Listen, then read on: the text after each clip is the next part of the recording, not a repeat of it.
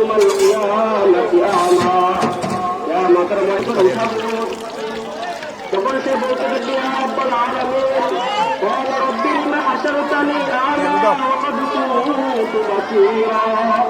ইয়া রাব্বাল আলামিন ইয়া আহকামাল হাকিমিন মাওলাই কারীম, দুনিয়ার মধ্যে আমি চক্ষুষ্মান ছিলাম, আমি তো সব কিছু দেখতে পারবো।